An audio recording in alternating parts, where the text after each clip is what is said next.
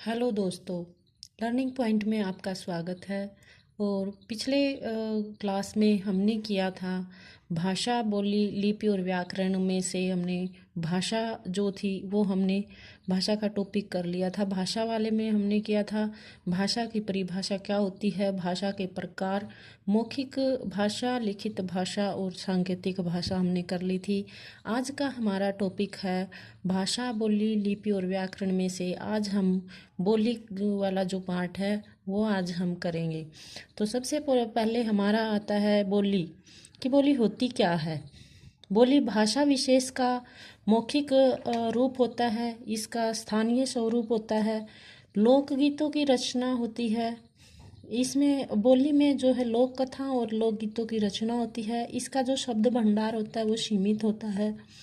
इसका स्वरूप जब विस्तृत या बड़ा हो जाता है तो बोली भाषा बन जाती है। बोली भाषा विशेष का मौखिक रूप होता है।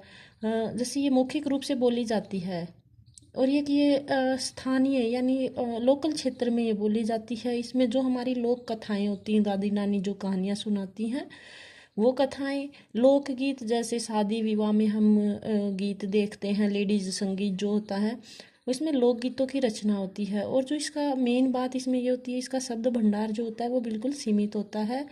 लेकिन जब इसका क्षेत्र विस्तृत या बड़ा हो जाता है तो उसमें जो बोली है वो भाषा बन जाती है। दूसरा नेक्स्ट टॉपिक हमारा आता है उपभाषा। उपभाषा में क्या होता है, जब बोली का प्रयोग क्षेत्र बढ़ जाता है तथा बोली अधिक बड़े क्षेत्र में बोली जाती है तब उसे उपभाषा कहते हैं। इसमें कई बोलियां शामिल होती हैं तथा इसमें साहित्य की रचना की जाने लगती है। जैसे बोली होती है हमारी, जैसे स्थानीय स्वरूप होता है बोली का, एक सीमित क्षेत्र के अंदर ये बोली जाती है।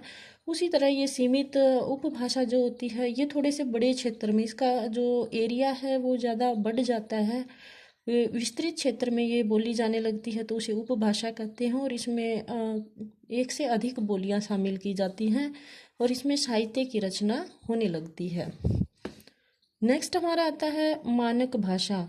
किसी भी भाषा पर उसकी उपभाषाओं तथा बोलियों का प्रभाव पड़ता है तथा जब भाषा पर पड़ने वाले उपभाषाओं, बोलियों तथा स्थानीय प्रभावों को समाप्त कर उसे शुद्ध तथा सर्वमान्य रूप प्रदान कर दिया जाता है तब भाषा मानक भाषा बन जाती है।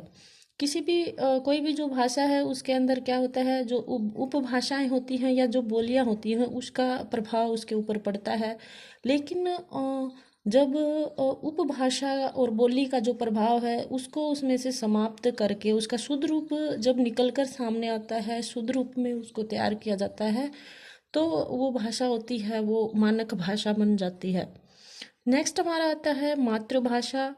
मातृभाषा क्या होता है, हम इस शब्द से ही पहचानते हैं। मातृ का अर्थ माता। एक बालक जन्म से जिस भाषा को सुनता या सीखता है वह उसकी मातृभाषा होती है। बच्चा अपनी माँ तथा परिवार अन्य सदस्यों के अनुकरण यानी नकल करके बड़ी सहजता और सरलता के साथ मातृभाषा को आसानी से समझ जाता है, शुद्ध रूप में उसको बोलना सीख लेता है। जैसे देखा होगा, हम छोटे बच्चे को जैसे सीखता है, जैसी हम बोली बोलते हैं, जैसी हम भाषा बोलते हैं, बच्चा हमारी नकल करके ही उसका जो का तो सीख लेता है, उसको हम बोलते हैं मातृभाषा। तो आज के लिए बच्चों इतना ही। नेक्स्ट टॉपिक में हम करेंगे, नेक्स्ट क्लास में हम करेंगे लिपि। तब तक के लिए बने रहिए लर्निंग पॉइंट के साथ। धन्यवाद।